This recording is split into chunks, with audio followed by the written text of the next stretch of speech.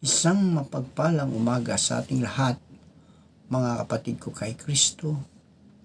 Mula sa The Solid Rock Morning Devotion, isang kagalakan na muli tayo ay makapagbulay-bulay sa salita ng Panginoon sa umagang ito.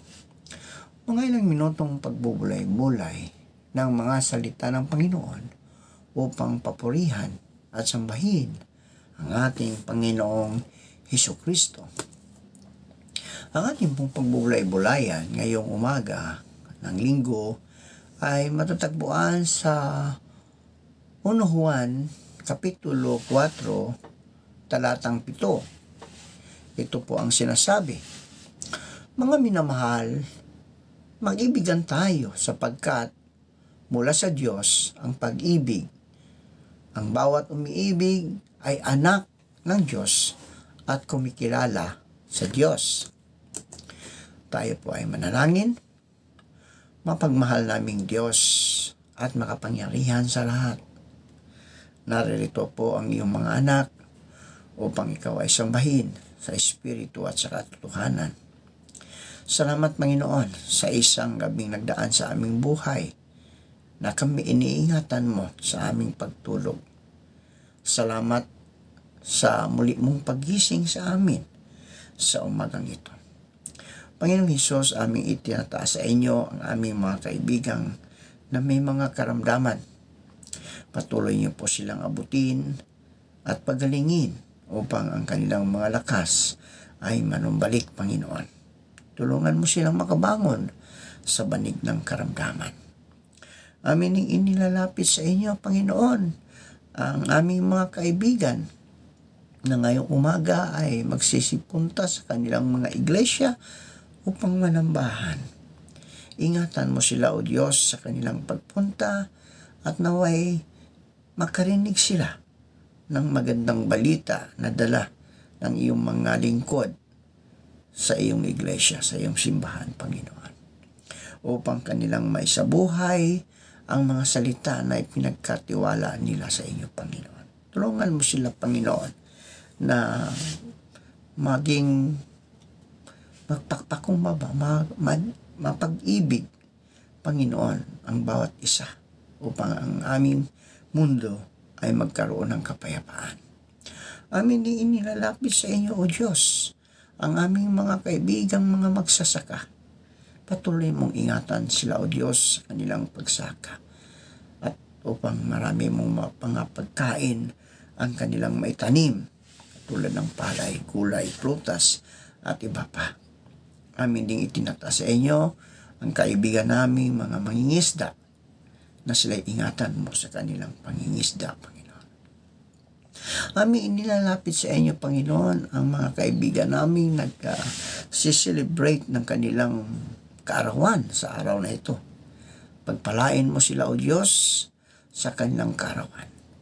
At ingatan mo sila, bigyan mo sila ng kalakasan at proteksyon, Panginoon, sa araw-araw ng kanyang buhay.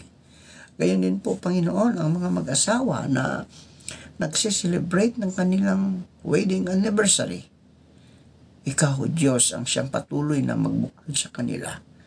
Pag-isahin mo sila upang habang buhay ang kanilang pagsasama, Panginoon.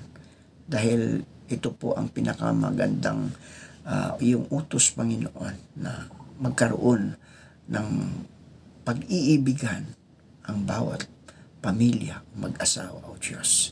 Bigyan mo sila ng mahabang buhay na pagsasama upang ang kanilang buhay, Panginoon, ay nakita sa kanilang mga kapitbahay o sa kanilang community, Panginoon, na matatag dahil merong Diyos na sa kanilang buhay, Panginoon.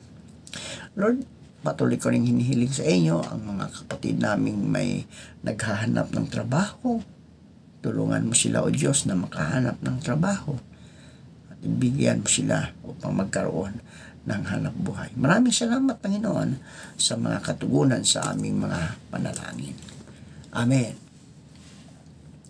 Ayon sa Galatia 5, may 9 na bunga ng Espiritu Santo sa atin. Subalit, ang bunga ng Espiritu ay pag-ibig, no? Kagalakan, kapayapaan, pagtitiyaga, kabaitan, kabutihan, katapatan, kahinahunan, at pagpipigil sa sarili.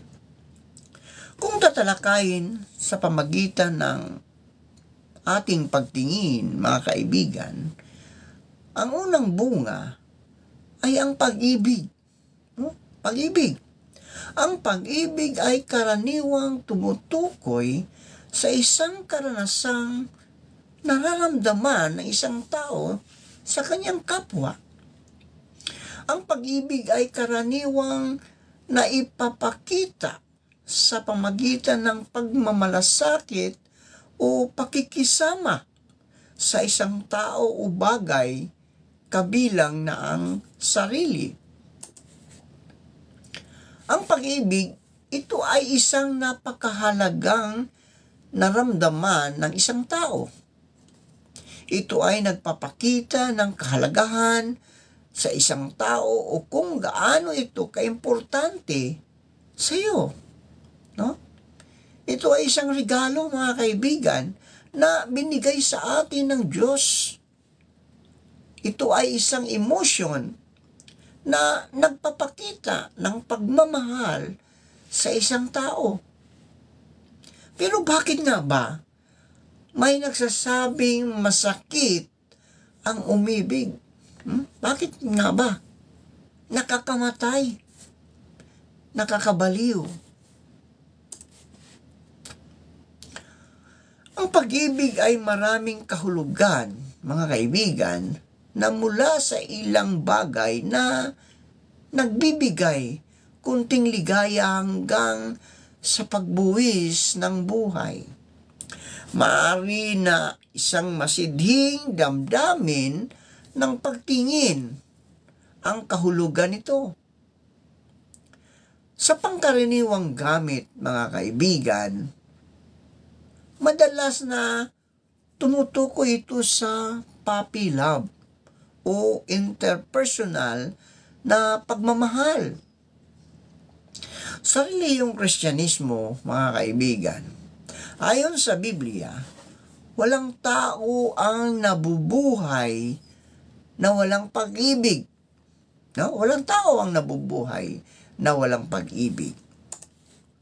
Ito ang mga uri ng pag-ibig ayon sa salita ng Diyos. Eros. Ang eros, mga kaibigan, ito po yung pagmamahalan sa pagitan ng dalawang tao. No? Dalawang tao. Ang storge, mga kaibigan, ito ay pagmamahal sa pamilya, di ba? Yung ating pamilya ay minahal natin mula sa ating asawa, sa ating mga anak, no? Sa ating mga kapatid o sa ating angkan. Yan po ay tinatawag na storge. Pagmamahal sa pamilya. Yung isa naman ay philia. Ito naman, mga kaibigan, ay pagmamahal sa pagitan ng magkaibigan o magkakaibigan. No? Kapag may kaibigan ka, yun po ay mahal mo, iniibig mo. No? That is what we call philia o philia. And yung isa naman ay agape. Yung agape ang pinaka-importante, mga kaibigan, dahil ito ay pagmamahal sa Diyos. No? Pagmamahal natin sa Diyos. At the last one is filial. Filial ay nagmamahal sapagkat siya rin ay minamahal bilang kapalit. So merong tawag doon, ugnayan, may kapalit, mga kaibigan. So isa sa mga sikat na mga araw tungkol sa pag-ibig ay ang araw ng mga puso o tinatawag natin na Valentine's Day. Ang Valentine's Day ay tinatawag din ng Saint Valentine Day. No? Ito ay idinararaos tuwing buwan ng February 14, no? February 14. Ito ay oras ng pagdiriwang ng pag-ibig. Pinangalan ito ni kay Saint Valentin dahil sa panahong iyon, si Saint Valentin ay gumaganap ng seremonya ng kasal para sa mga sundalo ng Romano na gustong magdiriwang ng kanilang pag-iibigan. Mga kaibigan, para sa akin, ang pag-ibig ay isang nadarama natin para sa taong ating minamahal. Pag-ibig na ipinararamdam sa atin ng ating mga magulang at pag-ibig na bigay ng Diyos sa atin. Manalangin tayo. Salamat po, Panginoon, sa salita na aming napagbubulay-bulayan ngayong umaga ng linggo. Totoo nga po na ang pag-ibig ang pinaka-importante sa lahat. Ayon nga sa awit, ang walang pag-ibig ang hindi nakakadarama. Panginoong Hesus, salamat. Dahil binigyan mo kami ng pag-ibig na galing sa inyo, sa aming Panginoon. Ikaw ang unang umibig sa amin, Panginoon. Kaya nararapat lang na kami ay umiibig din sa aming kapwa. Maraming salamat po, Diyos, at sa umagang ito, pagpalain mo po ang mga nakikinig ng iyong mga salita at ikanilang isinasabuhay. Panginoong Hesus, tulad ng mga alagad mo, kami nagpapasalamat sa iyong pagtitiwala sa amin upang kami ay maglingkod sa iyo. Hindi kami karapat-dapat, makakaasa po kayo na hindi po namin ito sasayangin ang magandang pagkakataon na ibinigay mo sa amin. Amen.